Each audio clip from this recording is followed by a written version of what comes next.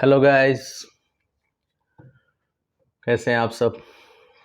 उम्मीद है आप अच्छे हैं, अच्छे रहना चाहिए। और हम लोग पढ़ रहे हैं kinds of sentence. Kinds of sentence में आज हम लोग पढ़ने जा रहे हैं थर्ड काइंड, तीसरा वाला। क्योंकि हमने पहला हम लोगों ने पढ़ा था असर्टिव सेंटेंस, जिसको कहते हैं दूसरे भाषा में या दूसरे शब्द में डिक्लेरेटिव सेंटेंस।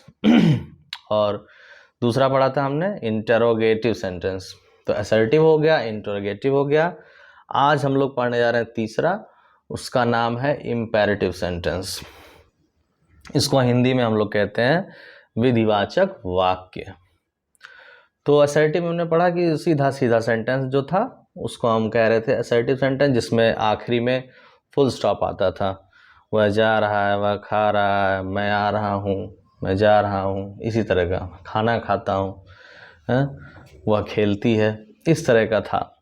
वह नहीं खेलती है। तो अब इसमें क्या होगा, इसमें भी ऐसा ही लगभग सेंटेंस है। इसमें भी आखिरी में फुल स्टॉप आएगा। दूसरे वाले में पढ़े थे तो उसमें फुल स्टॉप की जगह प्रश्नवाचक वाक्य था, क्वेश्चन मार्क था। तो उसको हम कह रहे थे कि ये इंट्रोगेटिव सेंटेंस है। लेकिन इसमें भी फुल स्टॉप है। पहले वाले असर्टिव सेंटेंस में भी फुल स्टॉप था, इसमें भी है। लेकिन फ़र्क कहाँ आ रहा है वो जानना है। तो फ़र्क यहाँ इसमें यह है कि जो हम इम्पेरेटिव सेंटेंस है जो हम पढ़ने जा रहे हैं, इसमें एक अलग तरह का भाव उत्पन्न होता है। कैसे भाव उत्पन्न होते हैं, हिंदी में हम समझ लें कि जिसमें कि जो सेंटेंस लिखे उसमें अनुमति का भाव प्रकट हो। किसी से कोई अनुमति हम ले रहे हों। अनुमति हम लोग समझते हैं, कोई चीज़ करना है तो किसी से हम जाएं और अनुमति मांगे कि क्या ये हम कर लें, इस तरह का। जिसमें कि हम प्लीज़ लगाएंगे अंग्रेजी में, कृपया करके मुझे दे दीजिए, कृपया एक pencil, please give me A pencil. तो वो होता है अनुमति। अनुमति को हम अंग्रेजी में कहते हैं रिक्वेस्ट करना। किसी से हम रिक्वेस्ट कर रहे हैं तो इसको कहा जाएगा कि ये जिसमें भाव प्रकट होगा अनुमति का, ऐसा लगेगा कि हाँ रिक्वेस्ट किया जा रहा है, प्लीज़ करके मांगा जा रहा है, हिंदी में कृपया करके मांगा जा रहा है, तो उसको हम बोलेंगे कि अनुमति कर रहा है। तो वो इम्पेरेटिव सेंटेंस है, रिक्वेस्ट कर रहा है।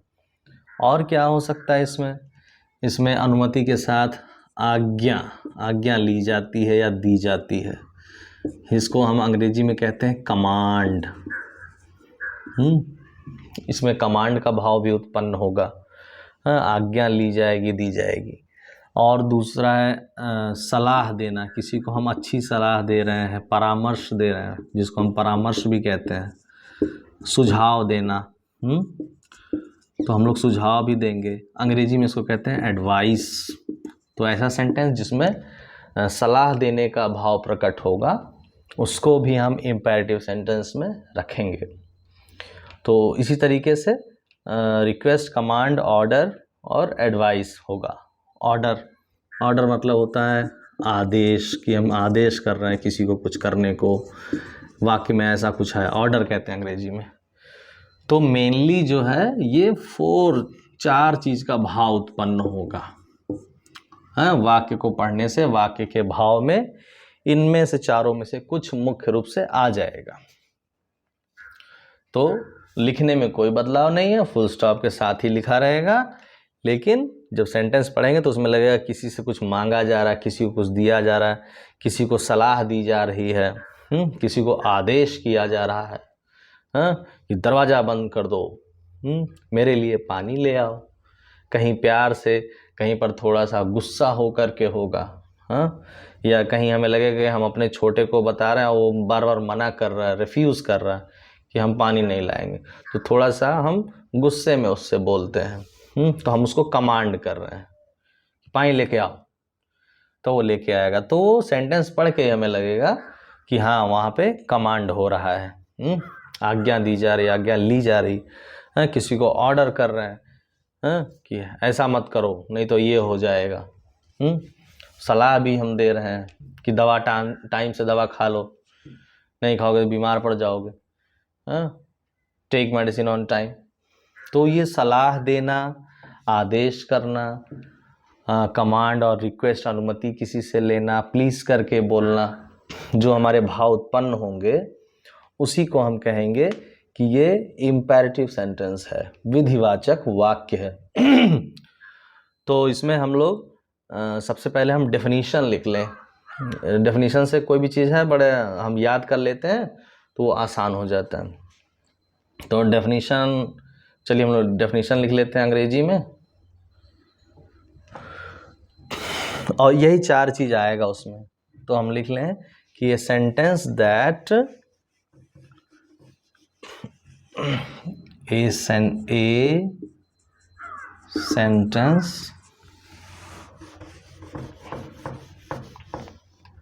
that expresses an order,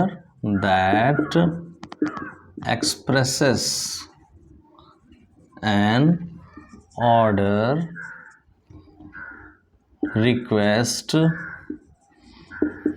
command और एडवाइस। देखिए चारों चीज आ गई, इज कॉल्ड इम्पेरेटिव सेंटेंस। तो हमें ये चीज़ अगर याद हो जाएगी तो काम हमारा आसान हो जाएगा। और यही चीज़ लिखा है, इसी को हमें इस पर ध्यान देना है, कमांड, रिक्वेस्ट, एडवाइस, ऑर्डर। इसकी हिंदी हमने बता दी है।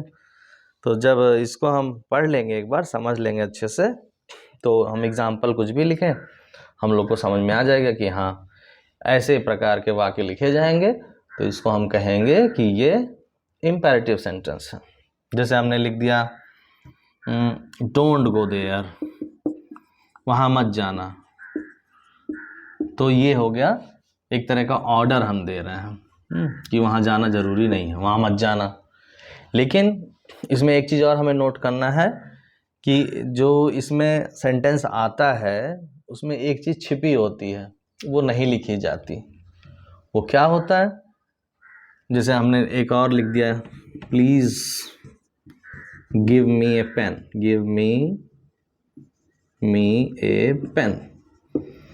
यहाँ प्लीज़ लिखा है तो इसका मतलब हम रिक्वेस्ट कर रहे हैं किसी से।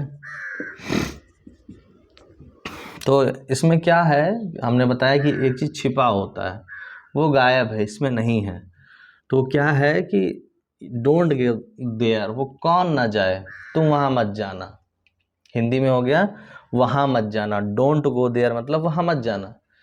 तो ये क्या हो रहा है कि जो बोल रहा है कोई, वो किसी सामने वाले से बोल रहा होगा, और वो सामने वाला जो सेकंड पर्सन होगा उसको हम कहेंगे तुम वहाँ मत जाना, आप वहाँ मत जाना।